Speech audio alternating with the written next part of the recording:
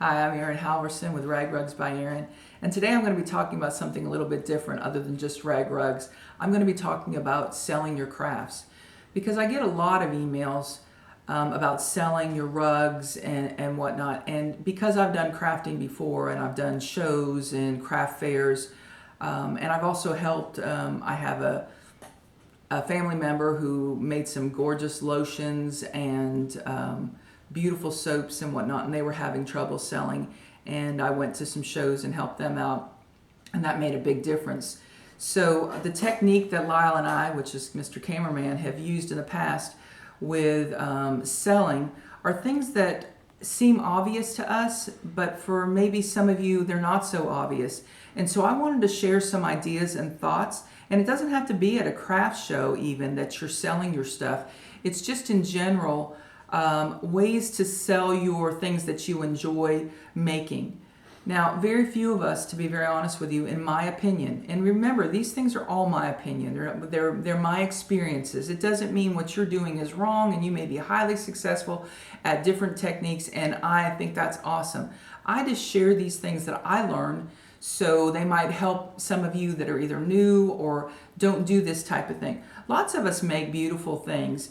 Mine happen to be rag rugs. So those of you who are following this because you were watching the rag rugs, then you've seen my over 100 videos or seen quite a few of them, and this is something that you might be trying to sell. However, I think that it's really important that there's a lot of other things that we do for crafters, and some might do rag rugs and might do other things. You know, I used to carve eggs. I used to have my own line of jewelry.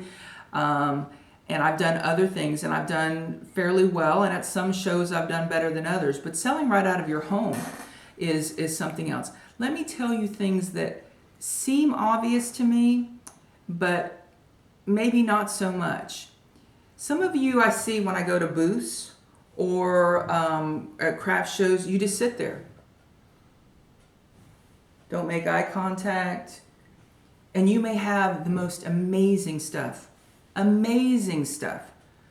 And you're not interacting. People buy from you in a lot of instances because they connect with you, because they like you, because they've gained some sort of interaction with you. Sometimes it could be quite a lot, sometimes almost none. The first thing, you need to be sincere. Most people are sincere. You have to be very sincere with people. Engage them in conversation. Hey, how are you today? If you have any questions, just let me know. Or you may just start, instead of asking them, because people are nervous, and they could be standing outside your booth. Maybe you should stand outside your booth at times and invite people in, or just talk about your craft. Just talk about the passion that you have for it.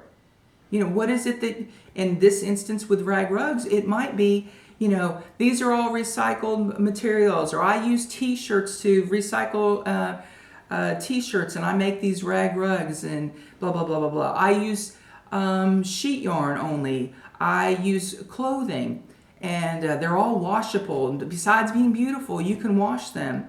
Oh, I have a special today. Make a special. Make a special. You know, if you buy 2 rugs, I'll take $2 off the total sales. If you buy 3 rugs, I'll take $5 off the total sales of the day for those 5 rugs. Be willing to possibly have room in your negotiation, because what might be, someone might be thinking, and they don't even say this, because when I teach classes, once in a while, someone will just, at the end of the class, just say, I want that rug. And I'm like, oh, okay. Didn't even occur to me that they wanted a rug. Or they'll mail later on. 3 months later, do you still have that rug? And they want it. So you are going to talk about it, some of these things. Or someone's going like this.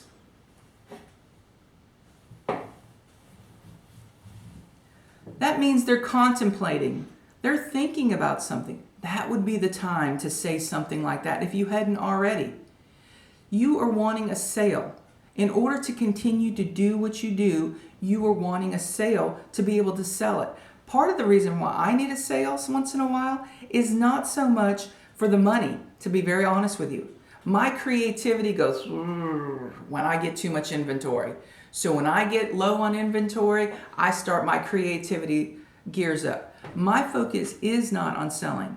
My focus is on education, okay? Also on selling the hooks that I make and things like that. And it's all part of the education process. The hooks make it easier, the ones that I have created for this craft. So that becomes more of what I do. But there's so much more to selling and putting a price tag on it. Don't have things not marked. Put a price tag. People don't want to ask. Maybe it's out of my price range. Maybe your rugs or your item is $35. Maybe it's $12. They have no idea the value that you've put on your rugs or on your craft or your jewelry or whatever it is that you sell. So you have got to let them know ahead of time. Is it even in my price range? Is it something I will consider? You need to make sure that you include those things. These things seem obvious to me, but you must engage with these people. You must talk about it. People come to your house. People have a couple of whatever you make in your car, and you start talking to someone and it slips into the conversation. I make such and such dolls. Really? What's that? Oh, I have some in my car. I could bring a couple in and show them to you. Not even that you're going to sell that day, but who else might find out about that?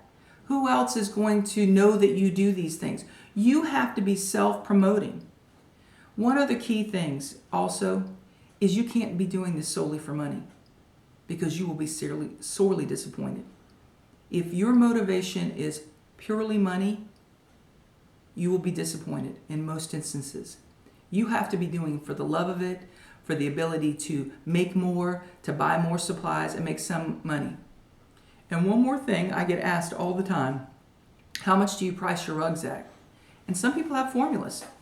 They state them. This much per inch and this and this and this. You might have a formula for something that you do. Okay, well I have this much into it and this is how.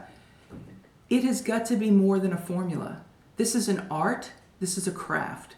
In my opinion, you can clearly look at a rug or look at your craft. When I did my line of jewelry, there were certain things that I looked at and go, oh my, I don't really like that too much.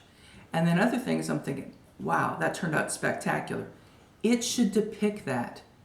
And so for you to just say, it's this big and I charge this much, to me seems foolishness. How often do you see painters, all my things that are 8x10s are this price. All my paintings are, it is what is put into it and how the finished product comes out. So it is far more involved in that for me. And sometimes I get a love of certain rugs and I'm pricing it at this amount of money. My heart and soul went into it. It's a gorgeous something that I've made. And if it doesn't sell, I'd rather give it away or I'll keep it myself. Now sometimes I'm like, not really attached to that one. Pretty. I might do that accordingly. Also, you've sat on something a while. Maybe it's time to do something a little different so you can sell it and move on.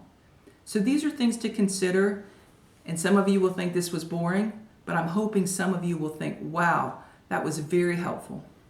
Okay, you have a great day. Subscribe and come back and see one of my other videos.